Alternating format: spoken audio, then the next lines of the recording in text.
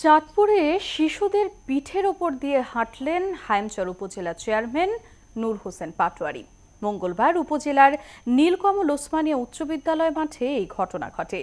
মানব সৃষ্ট সেতুর ওপর দিয়ে বীর দর্পে হেঁটে যাওয়ার সেই চিত্র সামাজিক যোগাযোগ মাধ্যমে ছড়িয়ে পড়লে ব্যাপক সমালোচনার সৃষ্টি হয়। প্রতিনিধি রফিকুল ইসলাম বাবুর তথ্যচিত্রে রেজওয়ান করিমের ডেস্ক রিপোর্ট। কোমলমতি শিশুদের পিঠের ওপর দিয়ে বীর দর্পে হেঁটে যাচ্ছেন 40 একজন মানুষ। দৃশ্যটি এখন সামাজিক যোগাযোগ মাধ্যমে ভাইরাল।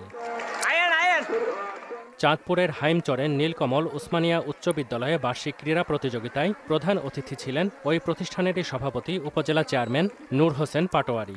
সেখানেই ঘটে এ ঘটনা। আমরা পদ্মা সেতু বানাইছি, তো বানার পরে নূর হোসেন পাটোয়ারি আমাদের চেয়ারম্যান, সে আমাদের গায়ের উপর দিয়ে চলে গেছে। আমরা তাই সেই পদ্মা সেতু করেছিলাম এবং নূর হোসেন পাটোয়ারি আমাদের চেয়ারম্যান সাহেব, সে আমাদের ওই যে পার উপর দিয়ে হেঁটে গেছে। একজন জনপ্রতিনিধির স্কুল ছাত্রদের শরীরের ওপর দিয়ে হেঁটে যাওয়ার এ ঘটনায় বইছে নিন্দার ঝড়। বাচ্চাদের উপরে হেঁটে একজন জনপ্রতিনিধি যাবে, এটা একজন জনপ্রতিনিধির মানায় না।